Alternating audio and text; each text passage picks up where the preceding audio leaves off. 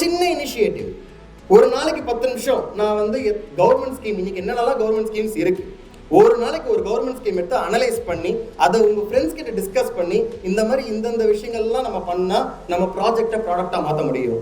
இங்க இந்த கம்பெனிஸ்லாம் சீட் பண்ணி கொடுக்க ரெடியா இருக்காங்க. இதுக்கு தேவையான மென்டார்ஸ் எங்க இருக்காங்க?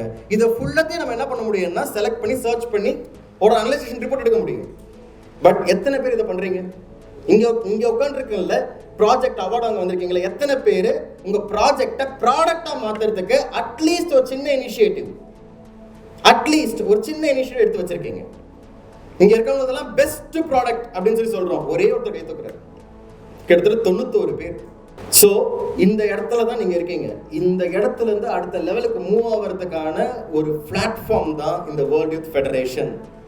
உங்களுக்கு தேவையான நாலேஜ், கைடன்ஸ், சோர்ஸ், அதாவது உங்களுக்கு இந்த ஃபார் எக்ஸாம்பிள் உங்களுக்கு ஒரு டிராஃப்டிங் பண்ணணும், அதை வந்து கவர்மெண்ட் கிட்ட எப்படி பிச் பண்ணணும், அந்த ஃபினான்ஷியல் மாடலிங் எப்படி ரெடி பண்றது, இது அத்தனையுமே பண்றதுக்கு எங்ககிட்ட டிஃப்ரெண்ட் டீம்ஸ் இருக்கு.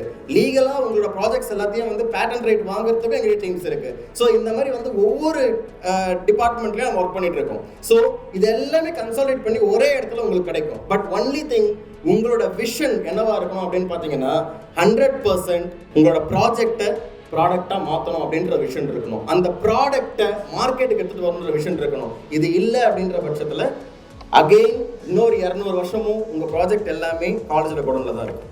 ஸோ ஒரு சின்ன ரெக்வஸ்ட் என்ன அப்படின்னா, எல்லாரோட விஷனையும் கொஞ்சம் சேஞ்ச் பண்ணுங்க. அந்த சேஞ்ச் பண்றதுக்கான ஒரு ஈவென்ட் தான் இந்த டாக்டர் கலாம் அவார்ட்ஸ்.